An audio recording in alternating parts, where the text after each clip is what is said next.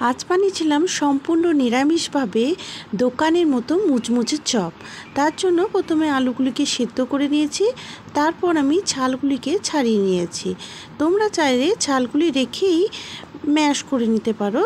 তারপর আমি আলুটিকে হাতের সাহায্যে ভালো করে মেখে নিয়েছি। এদিকে আমি একটি মশলা তৈরি করেছি, জিরে, ধনে, শুকনো লঙ্কা এবং তেজপাতা।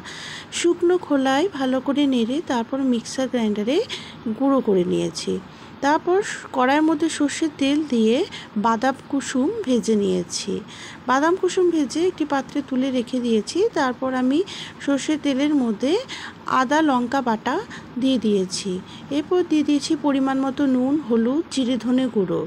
তারপর মশলাটিকে ভালো করে কষিয়ে নিয়েছি। এরপর কষানো হয়ে গেলে উপর থেকে কসুরি মেথি দিয়ে দিয়েছি। এরপর আবারও নাড়াচাড়া করে নিয়েছি। এরপর চপের আলুর মশলা একেবারে রেডি।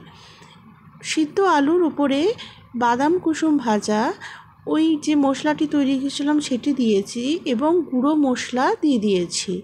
এরপর হাতের সাহায্যে ভালো করে মেখে নিয়েছি। এরপর মাখা হয়ে গেলে আমি চপগুলিকে একে একে গোল গোল সাইজে করে নিয়েছি। এইভাবে তোমরা একবার চপ তৈরি করে দেখবে, দারুণ সুস্বাদু হয়। নিরামিষ হলেও টেস্ট কিছু কম যাবে না। এইভাবেই আমি চপগুলিকে গড়ে নিয়েছি। এরপর বেসনের ব্যাটারটি তৈরি করব। তার জন্য বেসনের মধ্যে নিয়ে নিয়েছি হলুদ, নুন এবং বেকিং পাউডার।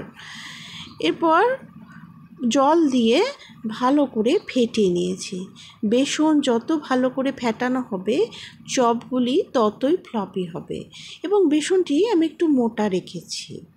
এরপর ওই চপের পুরটিকে বেসনের গোলার মধ্যে ডুবিয়ে তারপর সর্ষের তেলের মধ্যে লাল লাল করে ভেজে নিয়েছি।